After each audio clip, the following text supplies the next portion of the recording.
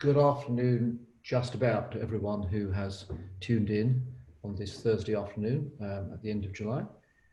You're very welcome. You are, just to check, you are joining UWA Public Policy Institute's online event in collaboration with Engineers Australia WA branch, dealing with the preparedness of the engineering profession for the challenge of climate change. My name is Shamit Sagar. I am the director of the UWA Public Policy Institute, and you're very welcome to this event. If I can, just before we go any further, start with the customary Noongar acknowledgement, if you will. The University of Western Australia acknowledges that the Whadjuk Noongar people are the traditional owners of the land on which its Crawley campus is situated. The Whadjuk Noongar remain the spiritual and cultural custodians of their land and continue to practice their values, languages, beliefs, and knowledge. Therefore, on behalf of the university, I'm very pleased to pay my respects to their leaders and elders, past, present, and future. Thank you. Today's event is an important one for the Public Policy Institute, but can I just say a little bit about what the Institute does to those who are not familiar? We were set up in 2018, and in 2019, I was recruited to be the director. And we have a very important role to play in terms of making sure that the university's world-class research and world-class reputation in different research rankings is, as far as possible, utilized by those out there who are research users and practitioners. And that begins above all else with the people of Western Australia. Remember, a century ago, the university was principally set up by the founding fathers, as it were then, of the state, who thought about the university's role in terms of improving the lives of communities and people locally. And in that sense, our vision and strategy for the 2020s at the university is to go back to that original value, to make sure that we are of value and significance to those surrounding us. The second thing about the Institute is to say a little bit about its work. And we have three major lines of work. One has to do with translational activities, taking the research that I mentioned and making sure that it is translated and fit for purpose to be used by government, by business, non-profits, campaign groups, and others. Secondly, we have a very important role in terms of ensuring that the capacity of our academics and our researchers is able to communicate and work with policymakers swiftly and effectively. I'll come back to that thought later on. And thirdly and lastly, where I think today's event sits more than anything else, has to do with thought leadership. That the Institute picks up key issues of our time and ensures that its contribution on behalf of the university is projected to as many audiences, senior and junior, as far as possible. And the challenge of climate change, it seems to me, is one such example of such thought leadership. So we would be doing this sort of event, it seems to me, in any case, but it was useful back in the summer of 2019 into 2020, when we had an approach from Engineers Australia, WA, to think about a prospective event of this kind. And I'm very pleased that a few months later, notwithstanding the destruction of COVID, we are here now finally hosting that event. As I mentioned earlier on, we've got a very large guest list, over 500 have registered. We're going to have a very wide-ranging discussion, albeit one that's condensed by the constraint of time. So I'm particularly keen to acknowledge the collaboration with Engineers Australia, David Rice, who came to see us following a prompt from my colleague in political science, Mark Beeson, who'd written a book at that time on environmental populism. That's some of the background to where we are. Very quickly, and time is very important, let me just say quickly a couple of things about the purpose of today's event. And I think it falls into three categories. The first is, without a doubt, from 2019 onwards, there has been something of significant change in the political and ideological climate in Australia and perhaps internationally. We see, as a result of the post-2019 bushfires, a significant change in the tone and measure of political campaigning and political dialogue here in Australia and possibly internationally. BHP's Andrew Mackenzie is a very good example of a business leader who sought to take the business community in the direction of embracing the challenges that flow from climate change.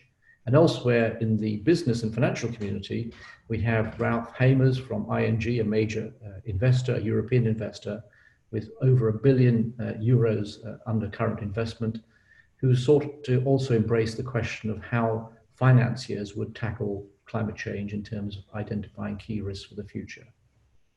Secondly, I think today's event is meant to be part of a broad examination of how different professions will also be dealing with climate change. Today, we may be talking about engineers, for example, how they may be involved in developing heat-tolerant transport systems.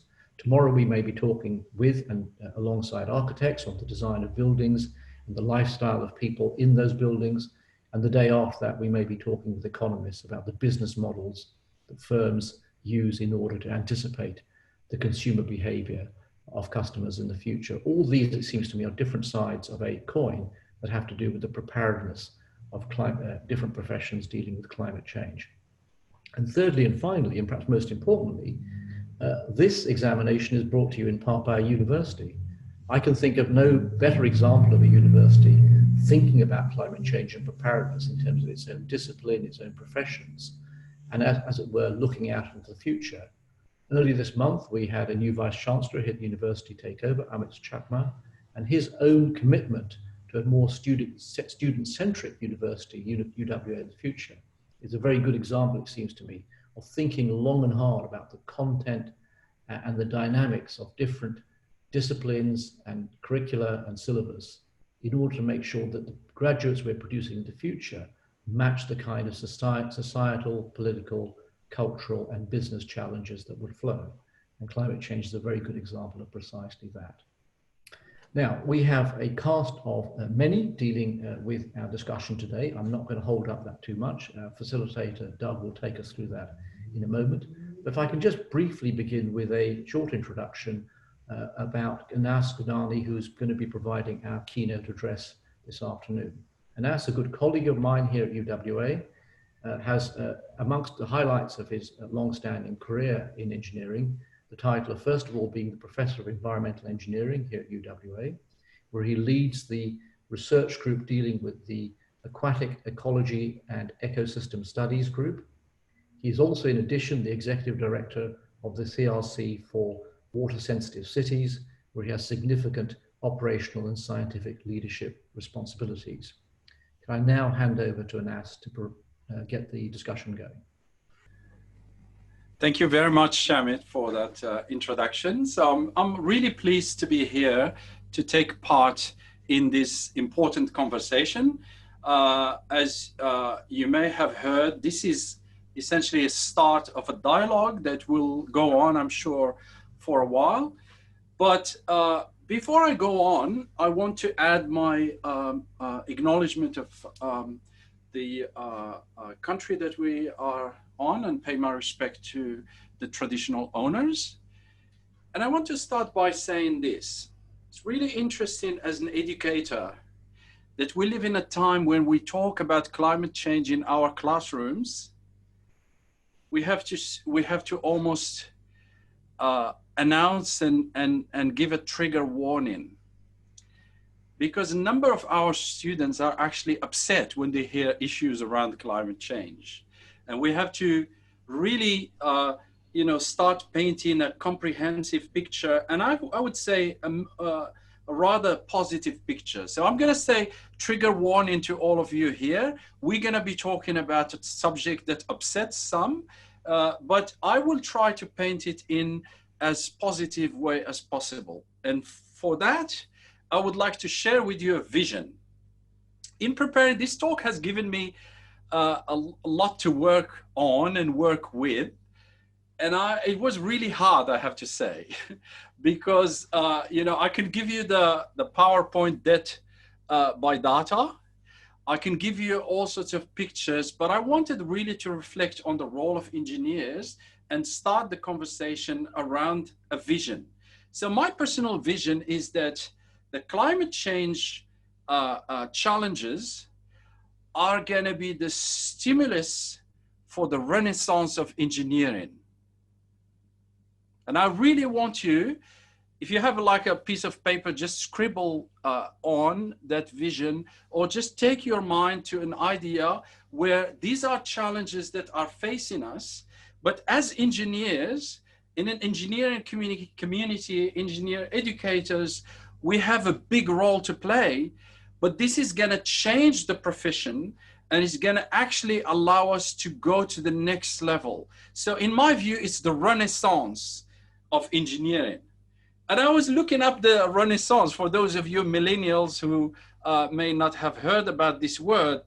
It's the renaissance is the age where we came out of the darkness into the light. So maybe here we are in a situation that we need to really look at us very seriously and see how the engineering that we do will impact the world, and will impact the world with all its challenges. So there's about 500 of you that are registered here. And if I look at the map of Australia, the political map of Australia, there is about 60% of these 500 who want some action on climate change. The other 40 are not interested. Now, of those 60% people, not all of them actually have voted for people who had something as part of their priorities around climate change. So we have to accept that as a nation, we're still divided on this issue in terms of action. But I'm going to tell you why, as engineers, you must take action at 100% level, because you kind of stuck. And I'm telling you, this is another thing. This is hashtag. Engineers are stuck in this situation in a many ways, but I think it's in a good way. So let me just introduce this part, this analogy here. So, and demystify the idea around climate action. So you may have heard of this word, climate action. So there are lots of people who view it as activism, okay? So that's one thing. But I was reading, actually, it's very interesting that there are lots of people who describe themselves as, you know, I found that there's climate deniers. And yes, in Australia, we have people who are in power who are actually climate deniers. There's climate optimists, there's climate pragmatists, there's climate activists, there's climate fighters, climate realists, climate opportunists, climate protectionists, climate warriors, climate quitters, angry antis. There's a whole bunch of picture. But as engineers, you must take action around climate change. And here is why. So let me just share with you some slides. So that was my acknowledgement to country.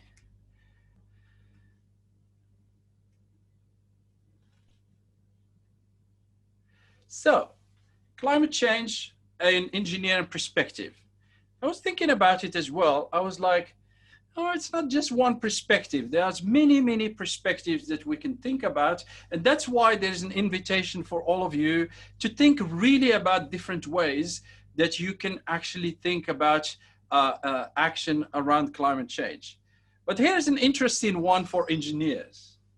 So this is an important person in Australia, judge, a former judge who headed an important commission recently.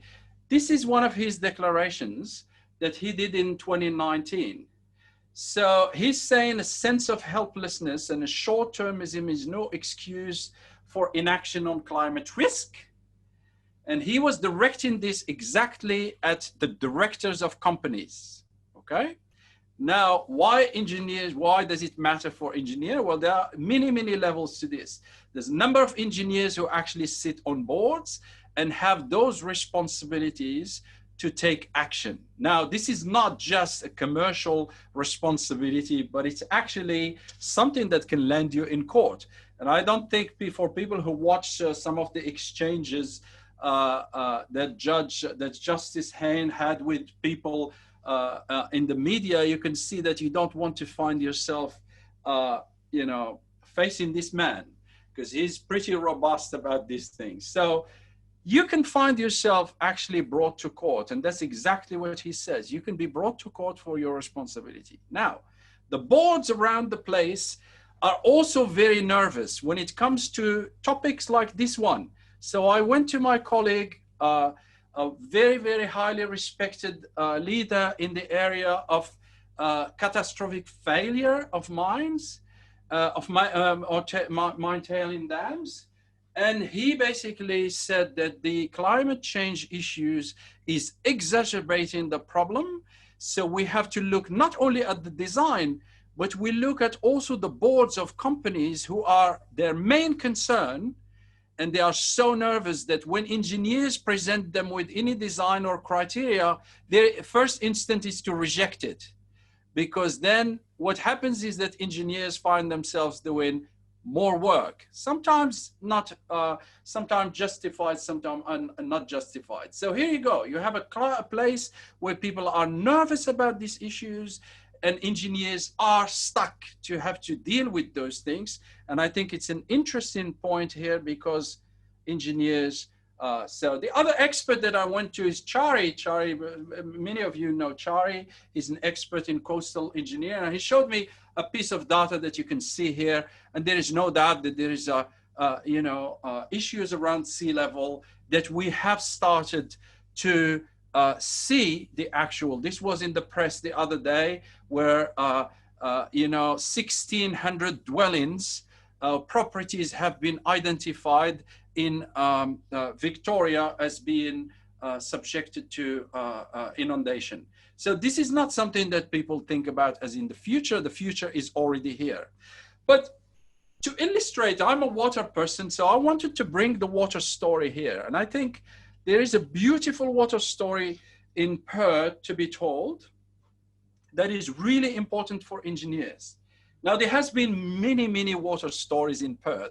So the main one that you know, that you probably know, the story of the pipeline that went to Kalgoorlie. And I don't think any engineer should actually claim to themselves that they are an engineer if they haven't traveled along the pipeline and understood how much of a beautiful engineering piece that project is and was.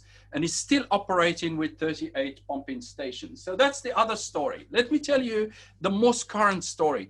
I know of no data set in the world that is as beautiful as this data set that I'm presented you with.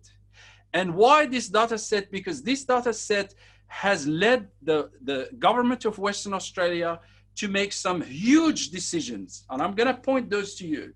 Now, for those of you who are familiar with this, this is not about rainfall. This is about the amount of water that gets into the dam. So you can see it from 1911. We used to receive 400 gigaliter. At some stage, don't worry about where the break happens because that's still debatable. At some stage that was halved, okay?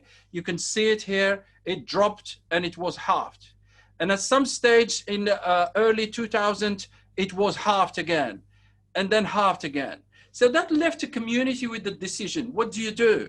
Because you're running out of water. There is no doubt. You can look at it, whatever way you look at it, there was no water and it's getting drier and drier. And this is a perfect picture of what climate change can do to you. Now, I know that over East, they're still debating about, is it a dam? Is it desalination? Is it there? But look at the data set and look at what the data tells you. So the first thing that the government of Western Australia did is they called on engineers. They were like, we need an engineering decision, an engineering project. And this is what happened. There was the Perth desalination plant that was built. Marvelous, amazing engineering project. It basically gave us all that security that we needed at the time. And I had just arrived to Perth actually at that time, to early time of the conversation. Then we went with another project of another desalination. And now we're doing this groundwater replenishment. Now, why am I pointing out to these three things? Because they are one big, every one of them is one big, typical traditional engineering project. You give me a problem, I'll give you a solution. This is what it is. It's a one-off thing, right? And it solves the problem. Now, can we continue to do that? The problem is we can't continue that. This is when the engineers gets double stuck because you can't be allowed anymore to just do that big engineering decisions. You have to take into that big engineering solution. You have to take into account the social, the political, the environment, the economy, the technology, the whole lot. So when the Water Corporation, for example, did a big survey of 5,000 customers, a lot of customers were concerned about the environment. And they were talking about the fact that, yes, we need water security, but not at the cost of this. We don't want this, and we want technology, and we don't want this kind of technology. So the debate has become more comprehensive, and the role of engineering has changed as a result of that, because we have to respond to a lot of considerations, and that's really exciting, but at the same time, it's really hard. So let me just tell you one thing. This is something that I tell my students. I say, okay, if I draw a big circle around Australia, I'm gonna hit countries that pay engineers the fifth. So I can, for the salary of an engineer in Australia, I can get 5 engineers in that big circle around us. So why would I hire an engineer at 5 times the price? And the answer here is that the problems are getting more complex, more comprehensive, that you need a lot more integration to deal with those things than just the simple engineering solution problems. So climate change is throwing this big challenge to us. And the way I was pleased to see that the Australian Council of Engineering Deans had just released a sort of a framework that basically spells this idea here that the past of engineering is about technical, specialist, problem definition, problem solving, analysis, design, reliable, accurate. So if you're a company and you're still marketing yourself here, you are already in the past. You are 2000 and late. Where you need to be and where we need to be collectively is in this area here. Future engineering work is more complexity, multidimensional, multidisciplinarity, greater public accountability, greater social engagement. The pub test, things that we do need to pass the pub test. And I'll tell you about the pub test in a minute. So technical expertise, these are the things that we can have 5 engineers around here for the price of 1. But you need the emotional intelligence, the digital intelligence, the personal skills, the ethical. Please don't call them soft skills. They are not. They are the important things, because those are the ones that are going to get us to solve those big issues like climate change. And many of you have seen what the bushfires have done to Australia.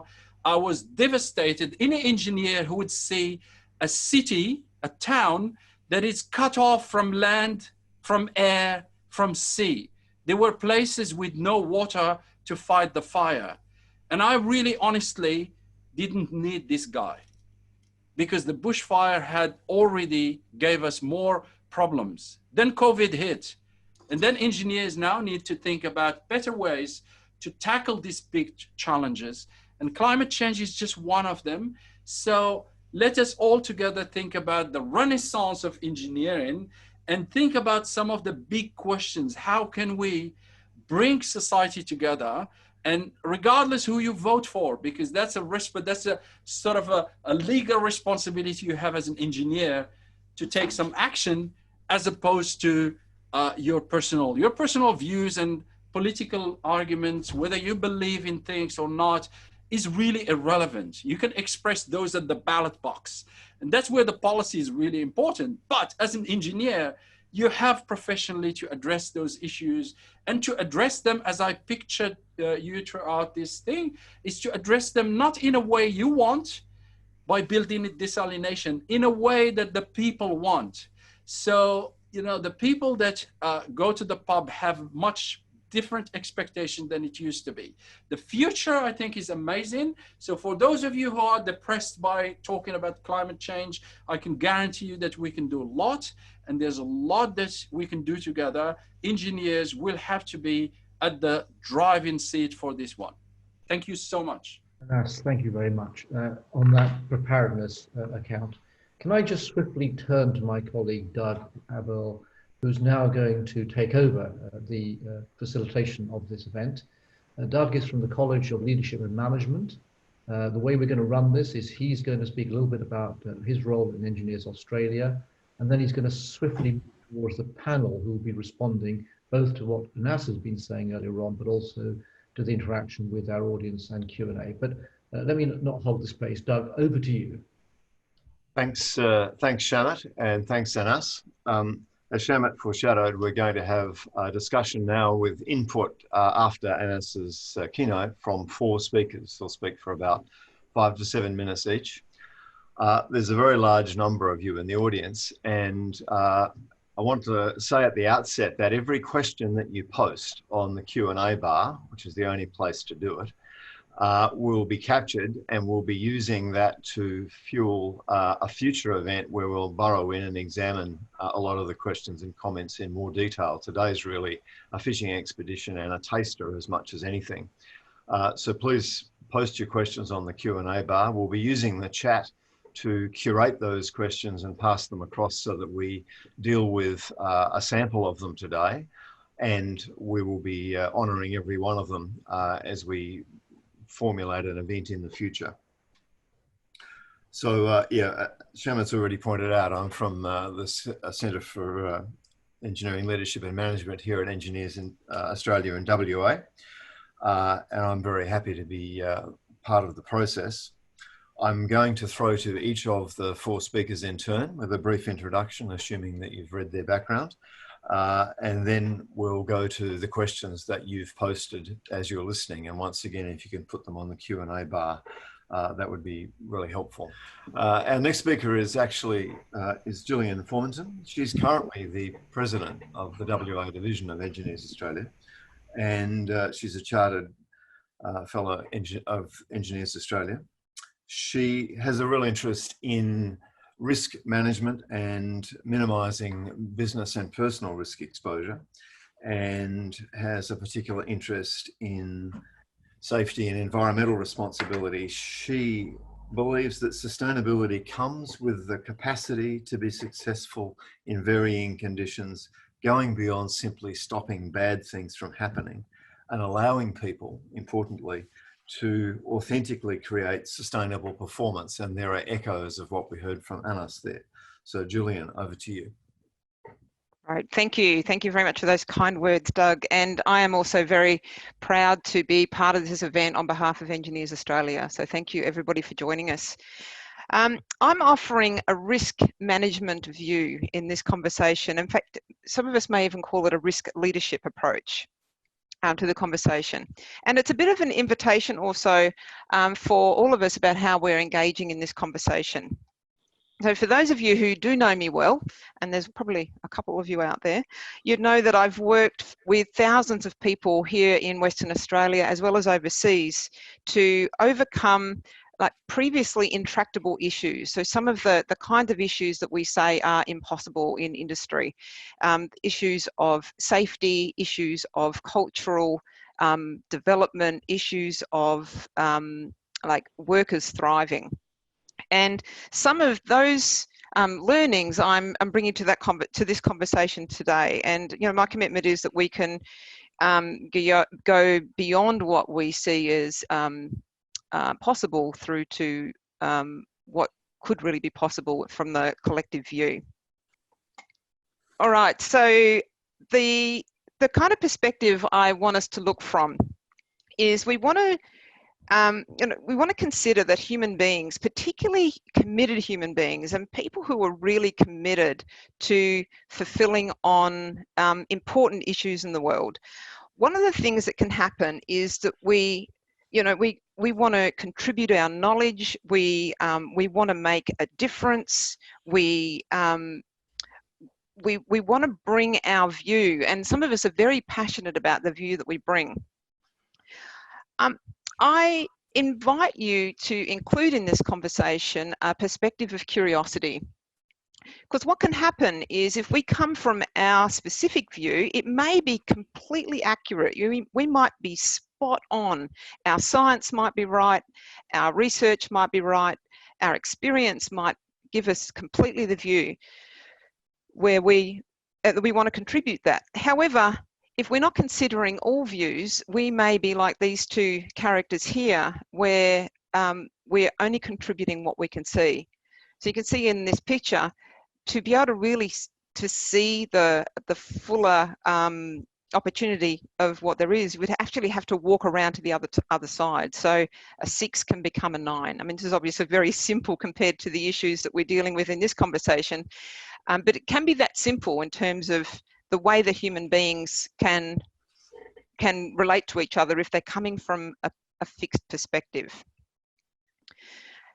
So instead, let's consider that there's an opportunity here to be curious together, to consider what there is still available to discover. Because most of us, we will be considering from the view of the things that we know, like we want to contribute what we know. That's the green part on that diagram.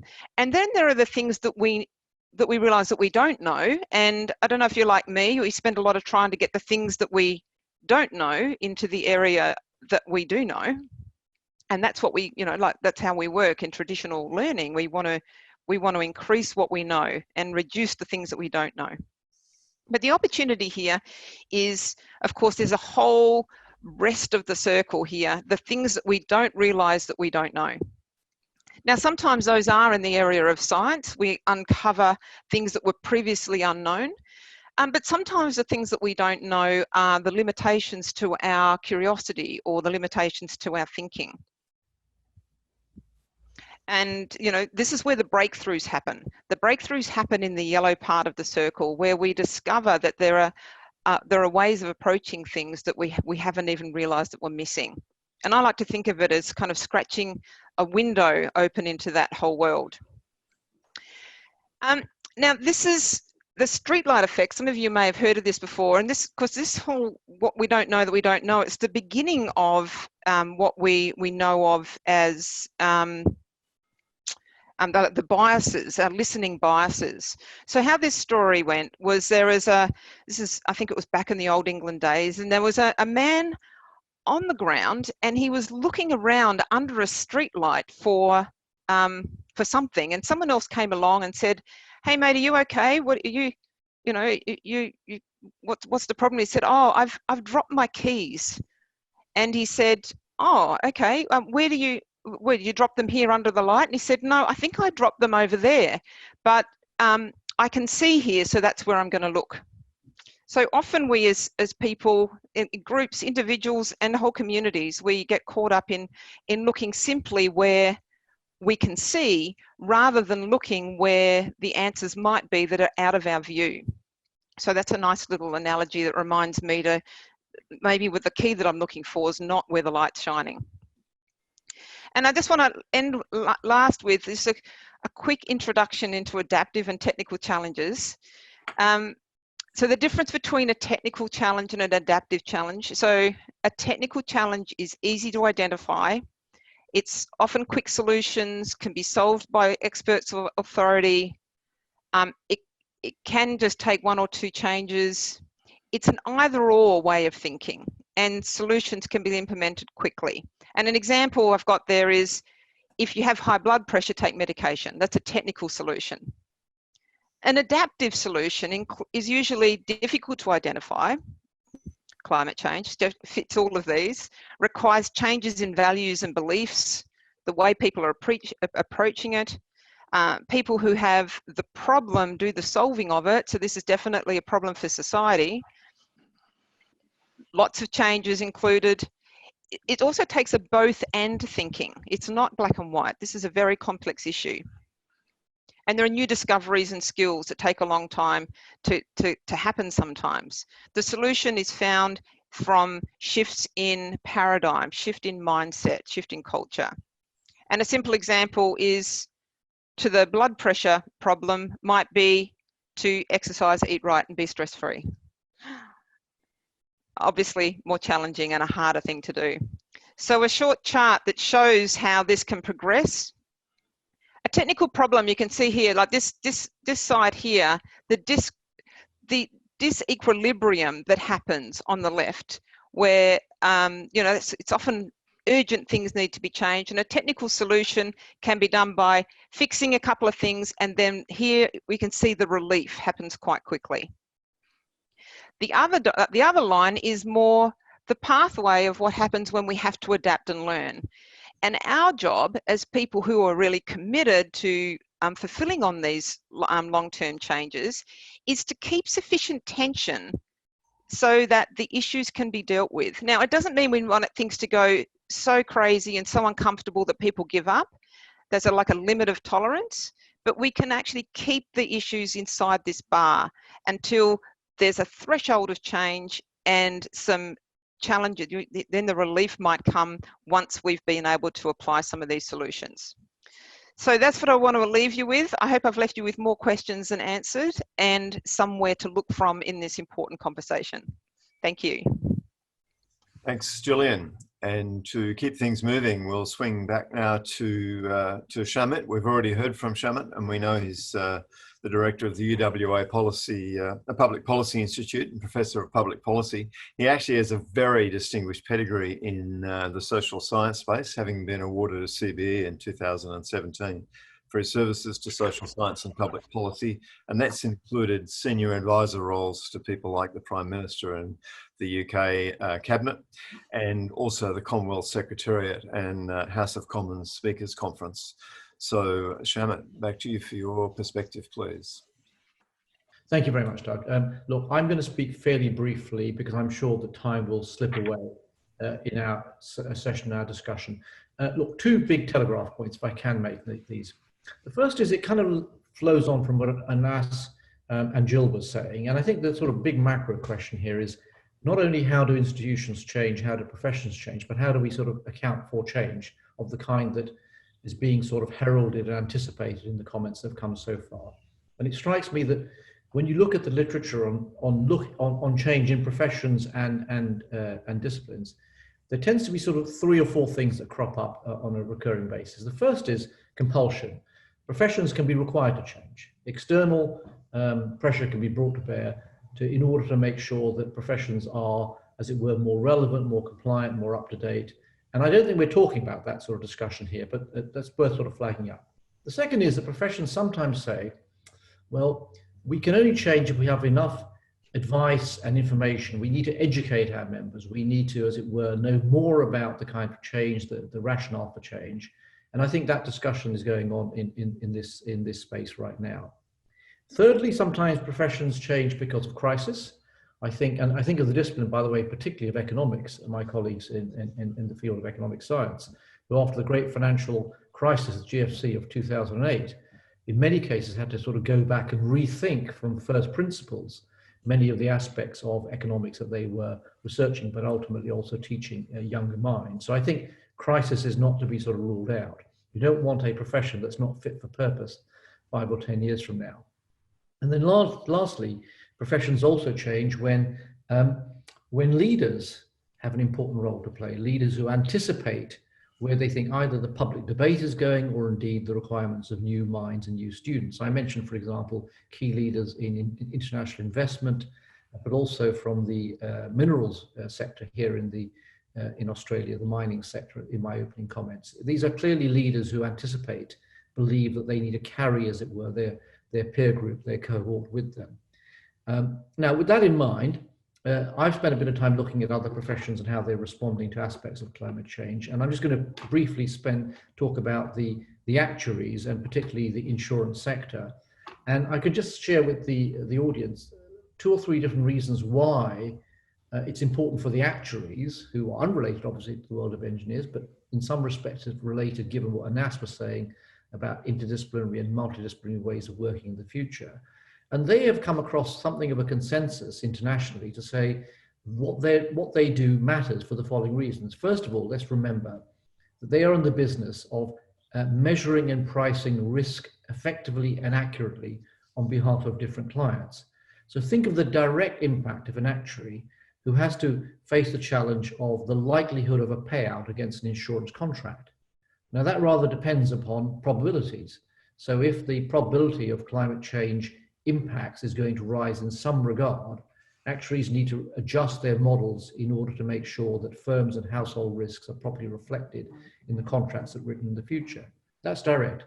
Indirectly, it may well be that the investment decisions that they're advising upon also have an important impact.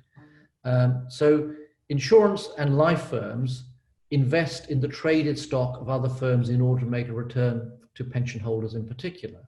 Those firms in turn can have climate-related risks, and those in turn can result in what we would call the potential or the risk of stranded assets. Firms have made investment decisions which no longer account for the change in the environment around them. So investors would want to know that, and I'll talk about a practical example in a moment. And then lastly, not to be ruled out, given the large public spending impacts of COVID-19, sometimes governments are drawn into this when they have to mitigate and prevent a particular harm. And the public spending impacts of climate change are really quite colossal. COVID-19 is clearly something of a dress rehearsal when we think about the kind of public spending implications. The reason why that matters is that markets in turn have to have confidence in government's ability to repay whatever they are borrowing in international financial markets. If they lose that confidence, it has a direct bearing upon the pricing of money in the future, what they've lent. And so we as taxpayers have to either allow for a little bit more inflation to erode the level of that borrowing, or a higher level of taxation. So all these things are the sort of nuts and bolts, the day-to-day guts of being an actuary dealing with climate change. Very, very quick, tiny example, time is going to slip out, as I said.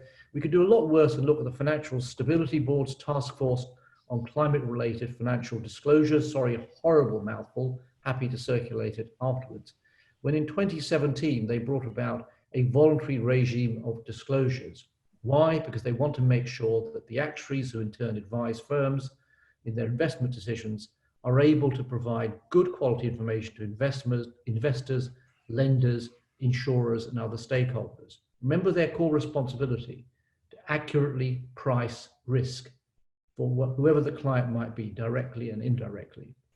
And the result of that seems to me we could do a lot worse than looking at the learning and take-up that's resulted in that task force's own knowledge hub, which many other professions could easily, it seemed to me, replicate if there's enough political and leadership will from below. Happy to expand on this all, Doug, in the discussion, but I just wanted to share these sort of telegraph points, partly in response to what was being said earlier on. I'll leave it there. Makes sense. Thanks very much, Shannon, and we will come back. Without further ado, that's David Rice. He's a Fellow of Engineers Australia, and he's a retired civil engineer, done a lot of work in the transport space, where he first got interested in the issues we're talking about, and he's a sustainability advocate now with a particular focus on taking care of the future for his grandchildren. Over to you, David. So we're looking at engineering design parameters, designed for future climate using systems thinking and enhanced leadership. So what future climate? Last year's report by the International Panel on Climate Change includes this chart of risks of global warming to humans and ecosystems. The white at the bottom indicates no risk, and the purple at the top, very high risk. The temperatures are on the left-hand side, and this is where we are now at 1 degree global warming. This is where we will be at the end of the century, a mean of 1.6 degrees, if humans can make massive reductions in greenhouse gas emissions, which on current indications we will not. And this red mean of 4.3 degrees is where we will be if we continue business as usual. But thankfully, there are indications that we should be able to improve on this. These shades show the likely temperature ranges around the means. And somewhere in here is what we need to adapt to. And I'm suggesting 2.5 degrees Celsius becomes an adaptation standard, and that's our first parameter. The beauty is that Australia can choose an adaptation standard whether or not the rest of the world does. Note, this is for end of century conditions, which the IPCC says can arrive between 2081 and 2100. Hence, in the text there, the next 60 to 80 years shown, which is not long in terms of major infrastructure. So what would these conditions look like? Longer and hotter heat waves plus increasing severity of bushfires. We might want to talk about the engineering needs of such things like reliable power, water and communication in the panel session, or rising sea levels in the Canal Estates of Mandurah, or around Sydney Airport.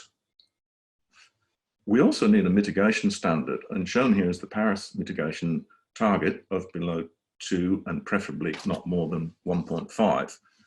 This is a global requirement and it's outside Australia's direct control, but definitely in our interest to promote because of our national vulnerability, and because much higher, say 3 degrees, will be catastrophic to most countries, including Australia.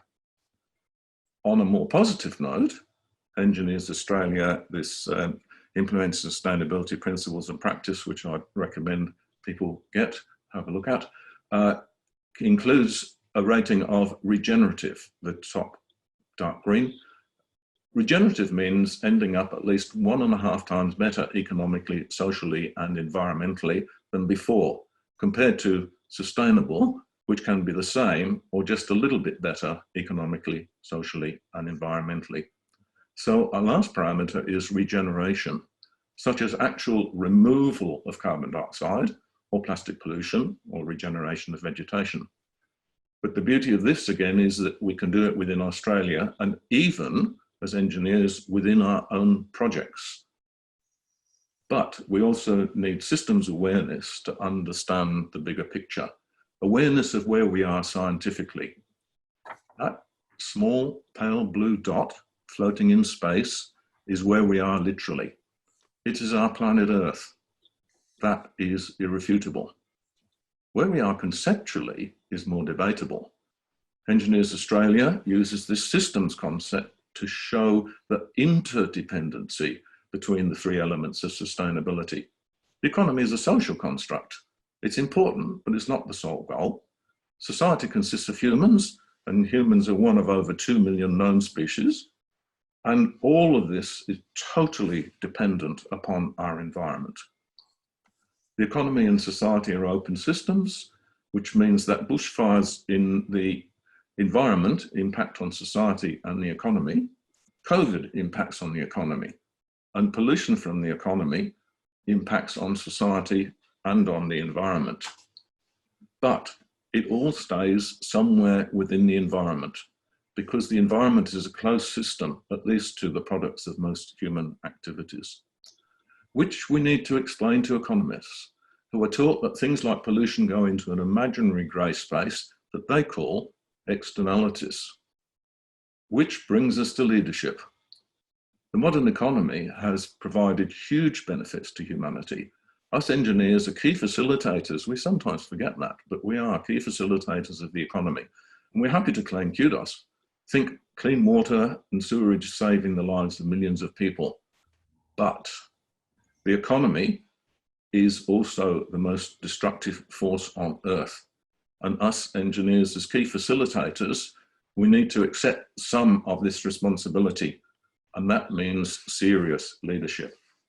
Leadership for regenerating our sick planet, or at least the damaged parts of Australia. So in summary, we've talked about these things, and I want to end with a quick analogy of global warming with COVID, of adaptation as being the equivalent of personal protection equipment, of mitigation being the all-important vaccination against runaway global warming, and of regeneration being the path back to some sort of normal, where systems thinking is used as a form of epidemiology. And the big question I will leave you with is, can our engineering profession provide the same proactive standard of leadership as the medicos? Is this a possibility for a renaissance of engineering? Back to you, Doug. Thanks, David. And that was well worth the wait. So thank you. Can we go now to our last speaker, and that's Parissa Burry. Parissa's Professor of Engineering at Murdoch, and she's been there since 1977, having graduated with a PhD in Chemical Engineering from Sydney in 1995. In the time at Murdoch, she's occupied several leadership positions in the engineering faculty and more broadly in the university. And she's a fellow of Engineers Australia and a member of the National Committee on Automation, Control and Instrumentation, with her perspective from an educational point of view. Parissa, over to you. Thank you so much, and good afternoon, ladies and gentlemen. I want to also acknowledge the traditional owners of the land on which Murdoch University stands. And thank you for giving the opportunity for me just to touch base on the education perspective into climate change and its challenges. So looking at the education, and we want to see what the impact of climate change is on engineering and engineering profession, which the previous speakers have well spoken about it, the skills requirement and the education required. Obviously, climate change is a wicked problem. I'm not going to spend much time on this slide. We know the science is complex, but at the same time, it's very straightforward, easy to understand what is happening to our planet. It is very easy to understand that there are interactions between different disciplines when it comes into climate change. It's not just science, it's not just engineering. It takes a lot of efforts from economists, social scientists, policymakers, lawyers, and so on to tackle the problem. If you look at the GHG emissions reported in 2010, we see the several sectors contributing to the climate change and the issues and the greenhouse gas emissions and so on. And looking at all these sectors and also the solutions that need to be provided into all these sectors in order to tackle the climate change issues, we see that actually engineers sit in the middle. Engineering touches every aspect of the human life these days, and therefore they are very important.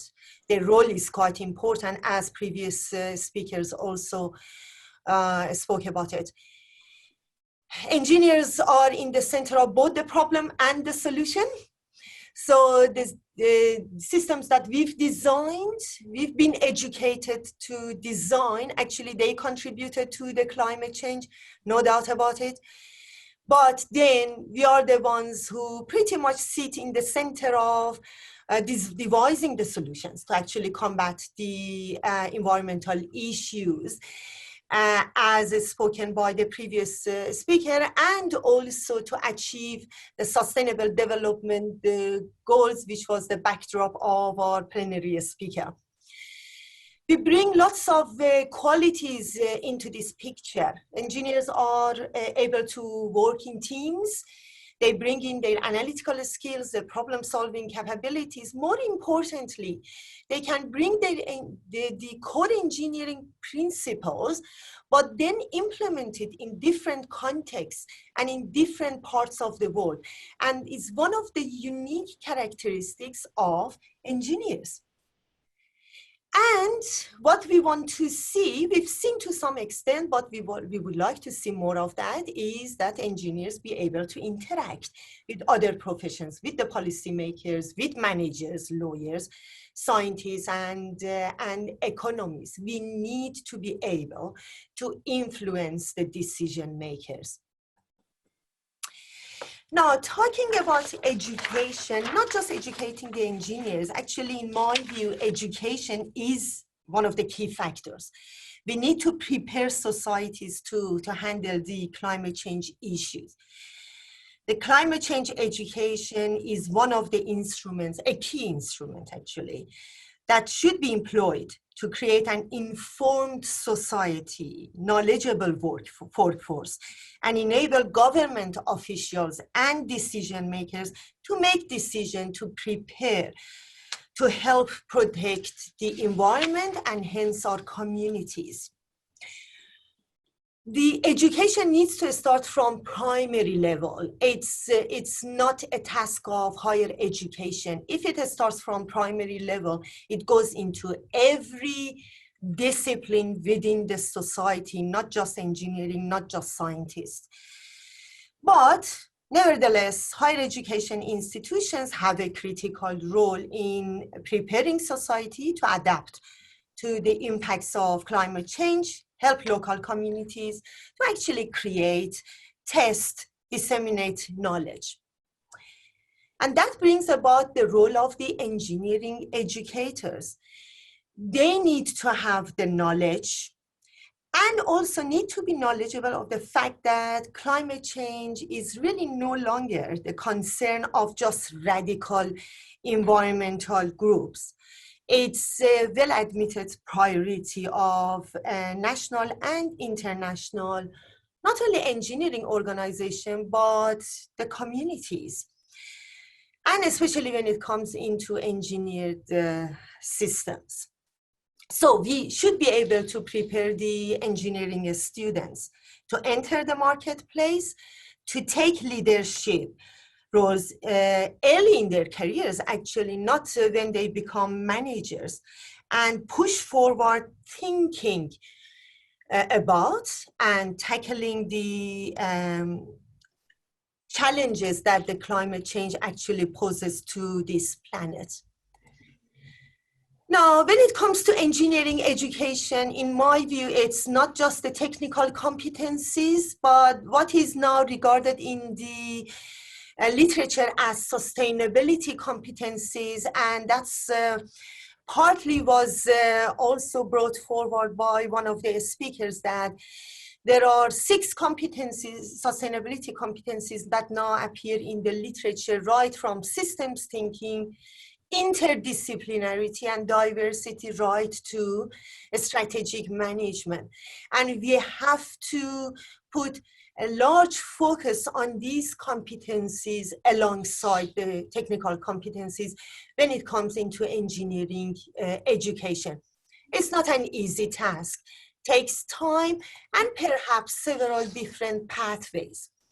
And this is my last slide, and is not one solution fits all. Maybe we need to look into different solutions when it comes into educating what is regarded as climate resilient engineers.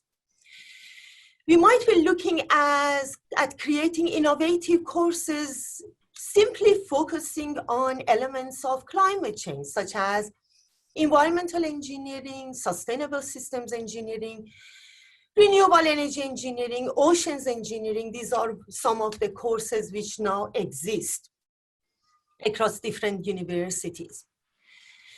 Not all students are tuned towards very niche areas of engineering such as these.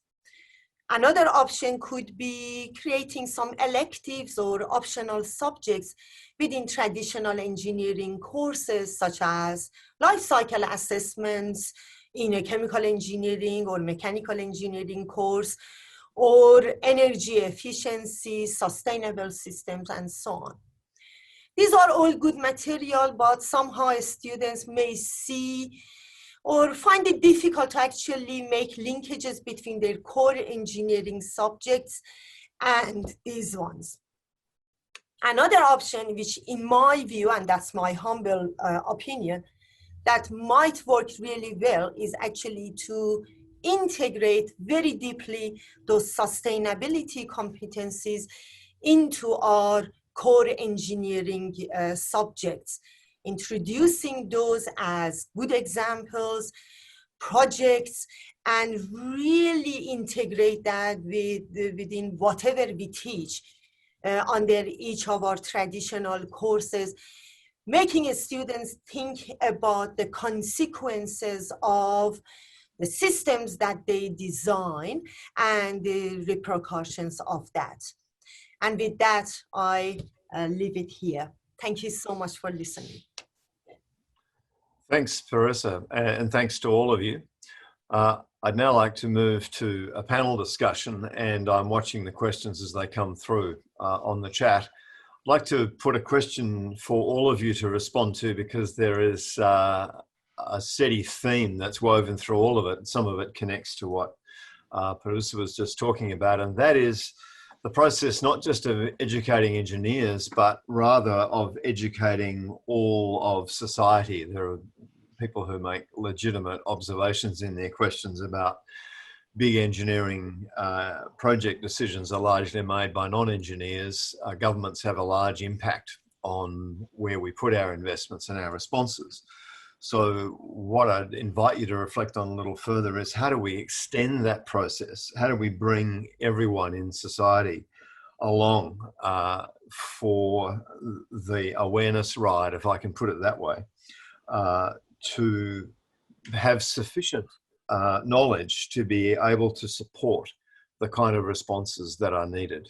I was just going to jump in, Doug. So I think it's a great question, and I was listening very carefully to Parissa, and I cannot be the only one who was struck by the sort of general drift, the line of her argument, which I think was very persuasive, to the effect that, in a sense, you can deal with the kind of core periphery issues of what engineers are being taught in universities. That's one part of it. But then you have to think a little bit about how undergraduates are going to be taught across the board.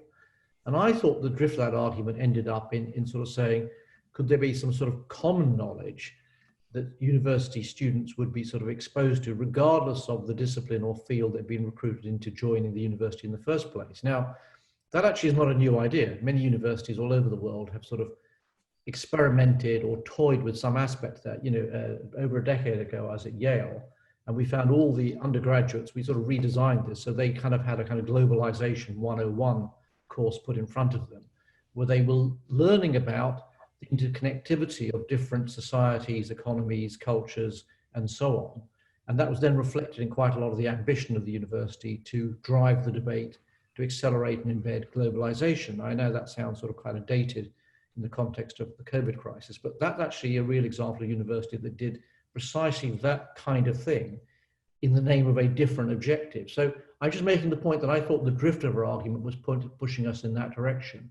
And that then places a significant responsibility upon academic leaders in UWA, Murdoch, and so on and so forth, to sit down, you know, eminent deans of X, Y, and Z, and think about what that common literature, what that common knowledge might look like. I think, you know, to my mind come my colleagues who would, you know, particularly social scientists, who would have something to say upon all of that.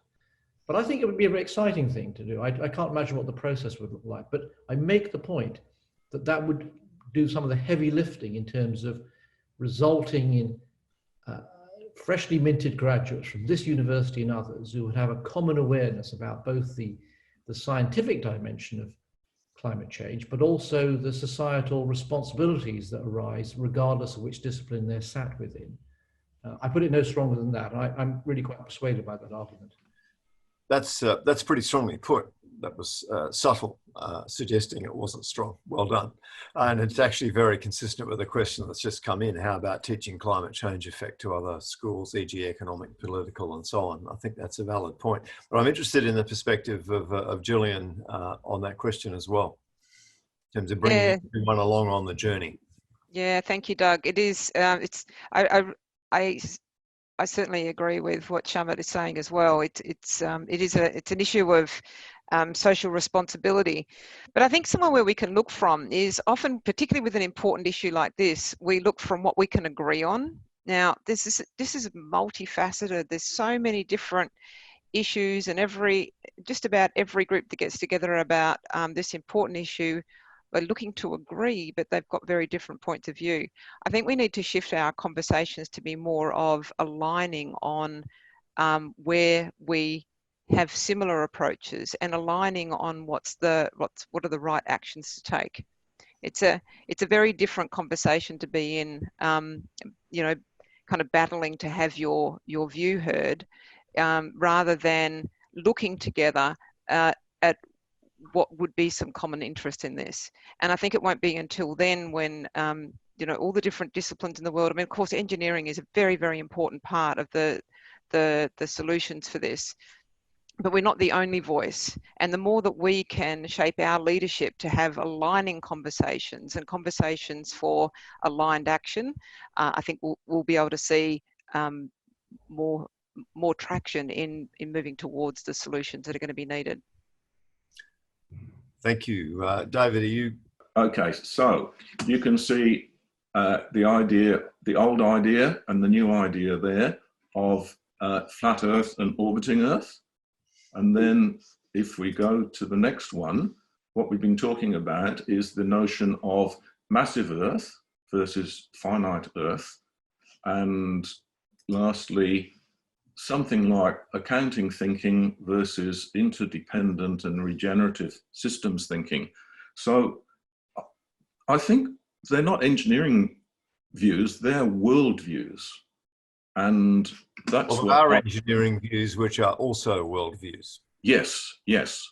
So that's the point that I'm trying to make, and is that, well, as engineers, we talk about needing educated and all of the maths and physics and so on, but as engineers, can we also become educators in these wider worldviews and getting together with other professions? I'm particularly interested in economists, but obviously policymakers, if we can get them to agree. But I think also organisations like Engineers Australia, we've got a wonderful opportunity because we've got 100,000 members and we can actually do quite a lot on the ground, literally working from the bottom up.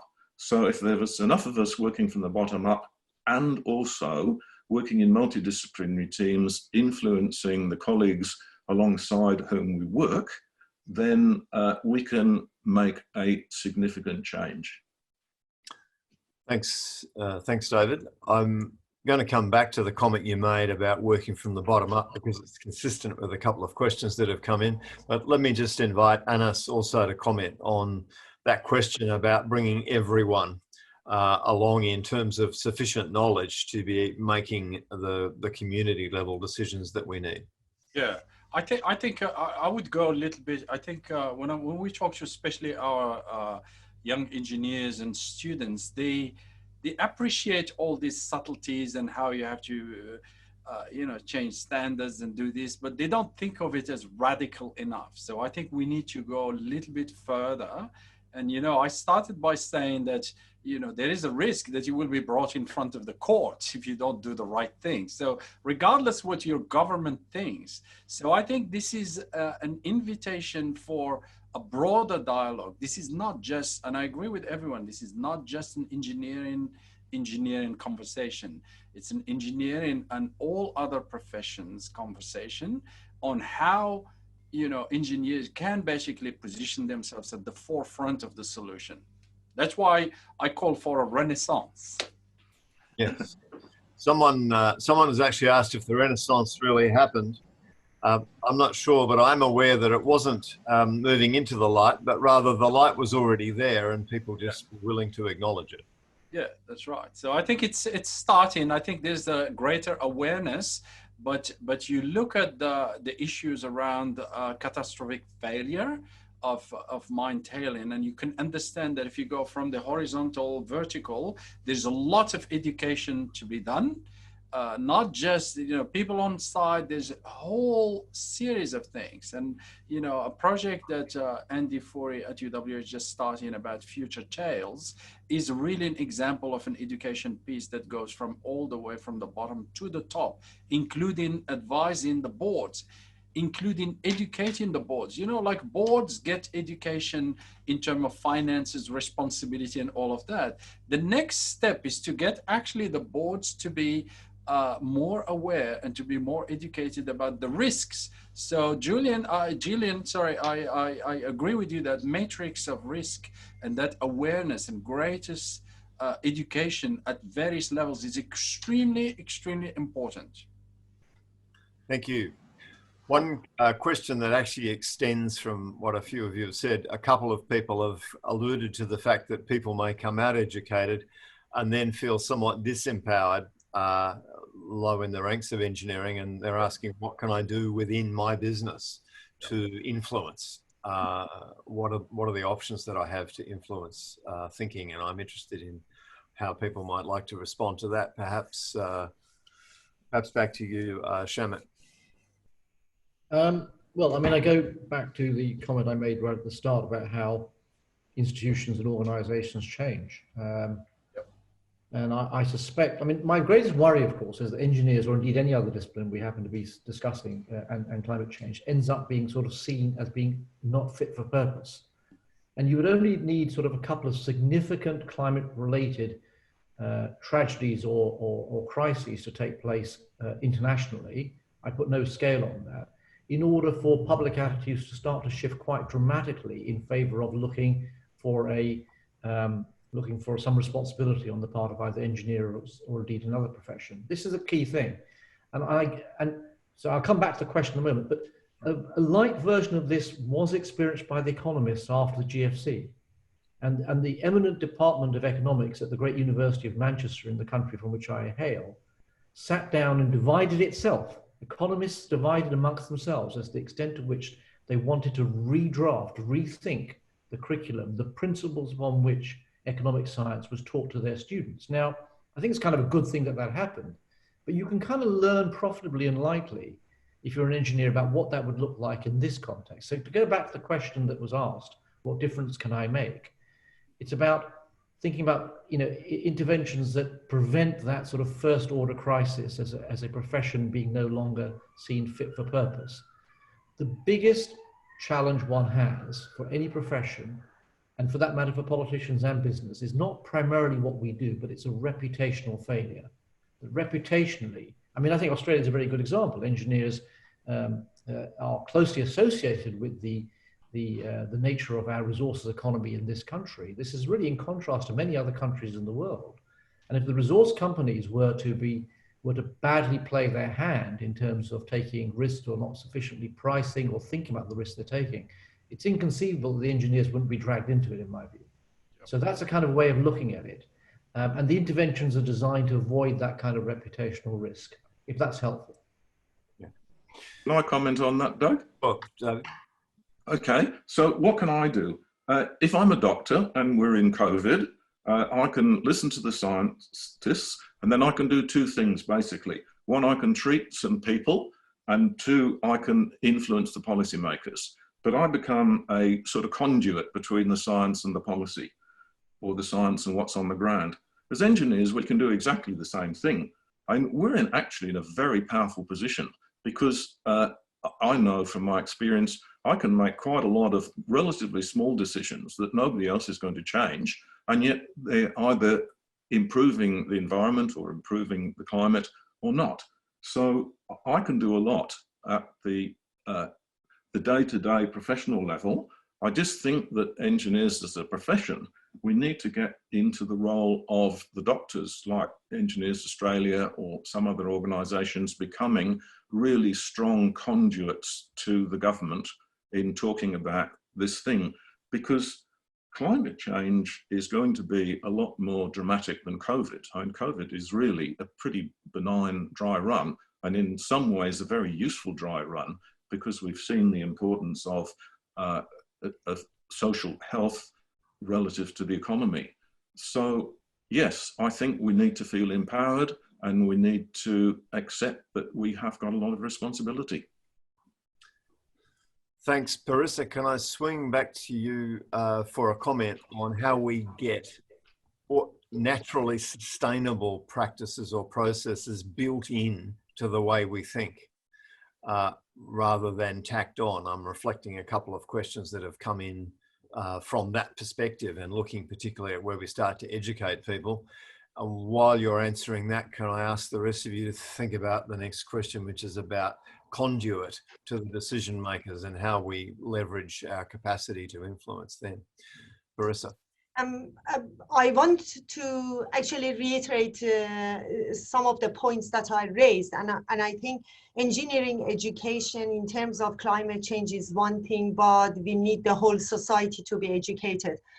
And right from a small kid to up to the higher education. And I can't agree more with Shemet that it's not just for engineers to have the sustainability competencies, but it should be across the board. Unless we have a knowledgeable society which is aware of the implications of climate change, we can't push the agenda forward. That's for sure. But if we bring it down to the engineers, if you look at, I make an analogy of the safety practices which are in place in the companies and industries these days, compared to 50 years ago. And you can see how industries have moved in terms of their safety practices. we probably can do the same thing with climate change and the same sort of cause and effect. And I think when it comes into safety, we had to educate our engineers, and not just engineers, but the managers and so on in the industries, that why is it a good idea to put firmer safety practices in place. And I think we can do the same thing. Yes, it might be quite a small steps, but I think as an engineering, if I have the knowledge, and also, sorry if I put it this way, if I have the guts to actually bring forward my way of thinking that this is not the right thing to do in terms of climate change, then we are making move forward. Thank you. Gratifying. Yes, Anas. I fully agree. The analogy is really good one, Parisa.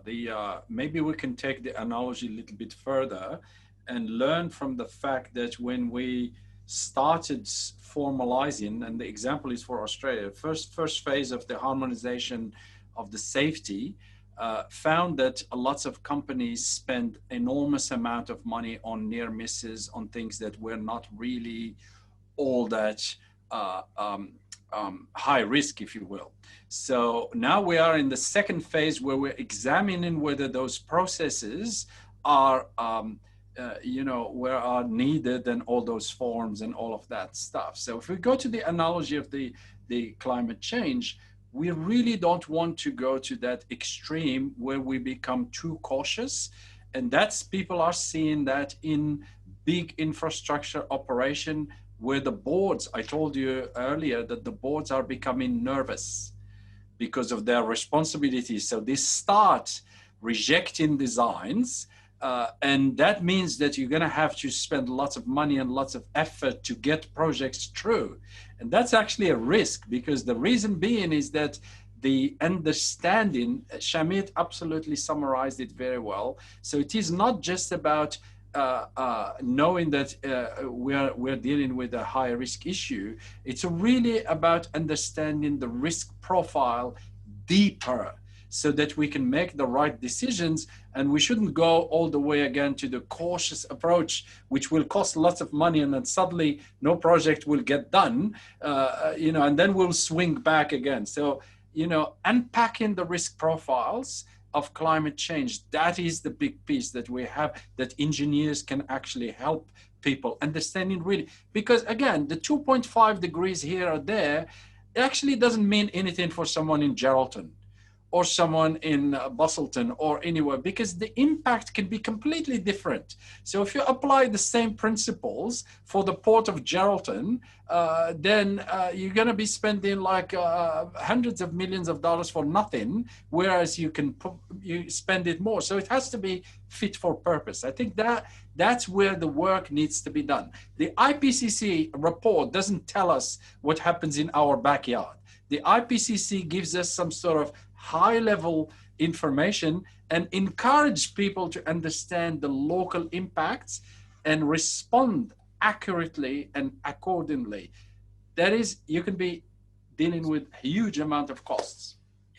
Thank you. And that takes me to the theme of a couple of questions emerging, which is we're really looking at either end. We've got upcoming young engineers, and we're also talking about decision makers at board level. There's a large number of senior existing practicing engineers who've been there for a long time, and a couple of comments from people about what can be done in particular to lift their awareness and involve them in the process of actually addressing the problem. I wonder if Julian, you'd like to start by commenting on that. I would, thank you. It's such an important question, or range of questions. I think what I want to contribute here is that the currency of modern leadership is courage. And wherever you're at in your career, like if you're the newest of new graduate, or even beginning your study, or you've been in industry a long time, it doesn't matter where you are in that time frame. It takes courage to contribute your ideas. When you're younger, I think the fear is that you'll be wrong, that you'll be seen to be inexperienced and maybe foolish. When you're older, the fear of being wrong is even greater in some cases. You know, you may have years and years of experience where you've invested in having the best possible approach, but then of course the risk of not being heard or not being understood can sometimes be higher. But throughout the whole spectrum of our lives, the courage it takes to stand up and lead and risk the vulnerability it takes to make real and lasting change is the same for all of us. So I invite us to kind of, you know, really look for ourselves. Like some of the people that are listening to this and being with us today have got the conduit into the kinds of connections that could move these issues forward very quickly. So I'm not quite sure that fully answers your question. It was kind of meant more of as a challenge for action. Thank you, Doug. Thank you. I'm just conscious of the time. We've got 5 more minutes, and I'm interested in hearing from each of you quickly about the specific challenge of, just as to honor some other questions that have been coming through, getting influence into the political arena where shifts need to really be underwritten and supported. Shamet, Anas have hinted at this, interested in all of your perspectives on how we can close that gap so that engineers actually step into that accountability to both articulate and support the shift in thinking. Might go back to David. Start on that, David. Okay, so we started off this idea of having this presentation on climate change with the hope that if we did more work on adaptation, it would show how expensive it will be to adapt to serious climate change, and then it would make mitigation look like a really good deal. So back to Anas's point about making this stuff local, I would hope that as a result of what we've been doing now, we do some more work and we look at what an adaptation level of 2.5 degrees or something else agreed would be around the whole of Australia, because that's the difficult one. But if we can show that, you know, we can talk about sea levels and Sydney Harbour specifically, sorry, Sydney Airport, then I think that that will be a very powerful message to our leaders. Thank you. Shamet, would you care to comment on that as well? Yeah, sure. A couple of points come to mind. The first is that all of this takes place at an enormously high level of abstraction. I mean, all the public attitudes evidence suggests that the great public of Australia and elsewhere are environmentally aware, but not necessarily signed up to the threat and the concern around climate change. They understand it's in the background, but they're essentially environmentally aware. We shouldn't over sort of claim where the public are. Second thing, of course, is that people live their lives through the stories they tell themselves. They don't necessarily pay attention to the evidence that's pouring out of universities like UWA. I mean, this is not how society works, sadly, much to my regret, of course. And so if you ask a sort of practical question around what we can do around the table in this discussion and the audience as well, and in the context of opinion formers, I would say 2 things. One is, and I would say this, of course, make sure that universities have public policy institutes. I don't say that in a self-serving way, but you do, and it's legitimate.